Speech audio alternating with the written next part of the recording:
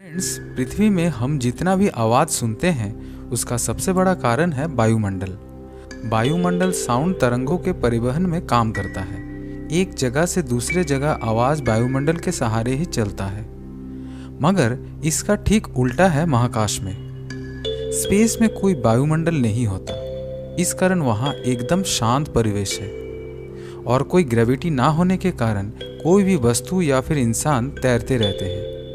किसी भी space ship के साथ अगर एस्ट्रोनॉट्स बंधे ना हो तो महाकाश में खो जाएंगे और उनको ढूंढना नामुमकिन हो जाएगा। हाँ, और एक बात, आप लोगों को लग रहा होगा कि अंतरिक्ष यात्री पृथ्वी से तब कैसे संपर्क करते होंगे, तो चलिए इसका जवाब भी दे देते हैं। रेडियो तरंगों से। रेडियो वेव के सहारे अंतरिक्ष यात्री धरती में बने स्पेस स्टेशन के साथ संपर्क साधते हैं। हम सबको पता है कि बुध यानी मरकरी ग्रह सूरज के नज़दीक है, तब ज़रूर इसका तापमात्रा अन्य ग्रहों के मुकाबले सबसे ज़्यादा होगा। लेकिन ऐसा नहीं है। मरकरी में वायुमंडल प्रॉपर ना होने के कारण सूरज से निकला तापमात्रा वहाँ नहीं रुकता, बल्कि वापस फैल जाता है। सौरमंडल में सबसे ज़्यादा टेम्परेचर होता है वेनस में। शुक्र ग्रह में कार्बन डाइऑक्साइड होने के कारण सूरज से निकला गर्मी वायुमंडल के अंदर ही रह जाता है, बाहर नहीं निकल पाता। इसके कारण वहाँ तापमान 462 डिग्री सेल्सियस रहता है, जो कि सौरमंडल का सबसे गर्म ग्रह है। दोस्तों, धूमकेतुओं को देखना किसे नहीं पसंद है। हमारे स्कूल में हेलेस कॉमेट के बारे में सुना था। उसके ऊपर हमारी उत्सुकता तभी से बढ़ी, लेकिन अपने आंखों से देखने का सौभाग्य शायद हम कम लोगों को मिला होगा, क्योंकि ये सामान्य धूमकेतु नहीं है। हर 76 वर्ष बाद ये पृथ्वी से दिखाई देता है। पिछली बार इसको 1986 में देखा गया था और अगली बार 2061 और 2062 के बीच किसी एक समय देखा जा सकता है। सूरज हमारे सौरमंडल के केंद्र में है और इसी को चक्कर लगा रहा है पृथ्वी और सब ग्रह। वैज्ञानिकों का मानना है कि सौरमंडल के ज़्यादातर ग्रह, एस्टेरॉइड्स और कई चीज़ें हैं जो सूरज से टूटने के कारण बने हैं, यानी ये सब सूर्य के अंश हैं। लेकिन क्या आपको मालूम है, सौरमंडल के अंतर्गत जितने ग्रह, उपग्रह, एस्टेरॉइड्स, धूल, गैस, इन सब का लगभग मिला के जितना द्रव्यमान निकलता है उसका 99% सिर्फ सूरज का ही है। इसी के कारण सूरज का ग्रेविटेशनल फोर्स ग्रहों के ऊपर इतना ज़्यादा काम करता है।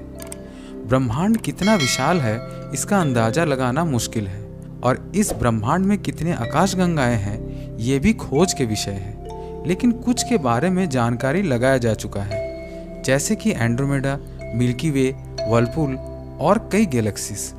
इनमें से मिल्की वे गैलेक्सी में है हमारे मध्यम वर्गीय तारा सन। खोजकर्ताओं के मुताबिक अब तक 125 बिलियन गैलेक्सीज को देखा जा सकता है या फिर इनके बारे में पता लगाया जा सकता है, और हमारे मिल्की वे आकाशगंगा में 100 से 400 बिलियन तारे हैं। पृथ्वी से सबसे नज़दीक में स्थित स्पाइरल गैलेक्सी है एंड्रोमेडा गैलेक्सी।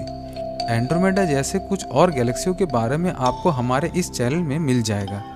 अब आते हैं पृथ्वी से सबसे दूर में स्थित गैलेक्सी GN-Z11 पे। ये सप्तर्षि तारा मंडल के अंतर्गत हाई रेडशिफ्ट आकाशगंगा है, जो 32 बिलियन लाइट ईयर्स दूरी में स्थित है। करमान लाइन एक ऐसा अंतर्राष्ट्रीय मान है जिससे पृथ्वी का वायुमंडल और अंतरिक्ष में सीमा और उनके बीच का फासला नापा जाता है। फेडरेशन एरोनॉटिक इंटरनेशनल के मुताबिक सी लेवल से 100 किलोमीटर ऊपर वाले रेखा से करमान लाइन शुरू होता है, लेकिन नासा और यूएस एयरफोर्स इसे नहीं मानते। उनका ये नाप समुद्र के जलस्तर से 80 किलोमीटर ऊपर में से शुरू होता है। अंतरिक्ष में वायुमंडल नहीं है, लेकिन अंतरिक्ष का तापमान है। बैकग्राउंड रेडिएशन, जो कि एक इलेक्ट्रोमैग्नेटिक रेडिएशन है, उसके अनुसार स्पेस में तापमान -270.45 डिग्री सेल्सियस है। दोस्तों, वेनस को अपने एक्सिस में एक चक्कर घूमने के लिए 243 पृथ्वी दिवस के बराबर समय लगता है, लेकिन सूरज के चारों ओर घूमने में 224.7 पृथ्वी दिवस लगता है। सच में दोस्तों, कितना स्लो है ये वेनस। जानते हैं दोस्तों, अंतरिक्ष में एक ही प्रकार का दो धातु किसी भी कारण अगर मिल जाता है तो वो स्थायी रूप से मिलके एक ही हो जाता है। खगोलविदों के अनुसार अंतरिक्ष में बहुत सारे तैरता हुआ पानी का कण होता है। इनको मिलाकर विशाल जल वाष्प का जमावट बना है। तो इन सब को मिलाकर जितना मास होता है वो पृथ्वी में स्थित समुद्र, नदी एवं महासागर में मौजूद पूरा पानी के कण का जो मास है उससे 140 ट्रिलियन गुना ज्यादा है। माउंट एवरेस्ट पृथ्वी का सबसे ऊंचा पर्वत चूड़ा है, लेकिन इसका 2.5 गुना ऊंचा एक ढाल ज्वालामुखी है मंगल ग्रह में। ओलिम्पस मॉन्स नाम का ये ज्वालामुखी अंतरिक्ष का सबसे बड़ा और सौरमंडल का सबसे ऊंचा पर्वत है, जिसका ऊंचाई डेटम से 21,287.4 मीटर ऊंचा है। जियोडेटिक डेटम धरती में किसी स्थान को पता लगाने का संदर्भ बिंदु है। हीरा किसे नहीं पसंद है? हम और आप सबको हीरा पसंद है, परंतु सोचिए हीरो का अगर भंडार आपको मिल जाए तो आप क्या करोगे? इतना सोचिए मत दोस्तों। वो खजाना पृथ्वी से दूर और एक बहिर्ग्रह में है। 55 कैनक्राई ई नाम से एक्सोप्लैनेट 30 अगस्त 2004 को खोजा गया था। अधिकांश भाग कार्बन से बना इस बहिर्ग्रह में मौजूद 1/3 पदार्थ का द्रव्यमान, तापमान और दबाव के कारण हीरा में परिवर्तित हो चुका है। 55 कैनक्राई ई नाम का बहिर्ग्रह 55 कैनक्राई ए नाम से बना एक तारा का चक्कर लगाता है और सबसे पहला खोजे जाने वाला ये महापृथ्वी का व्यास हमारे पृथ्वी से 2 गुना ज्यादा है। अंत में एक और मजेदार तथ्य आपके साथ शेयर करता हूँ। नासा के द्वारा स्वीकृत सूट का कीमत इतना $। है। सूट का कीमत इतना क्यों हुआ जानते हैं? बैकपैक और कंट्रोल मॉड्यूल के कारण, जो कि इन पूरा कीमत का 70% है।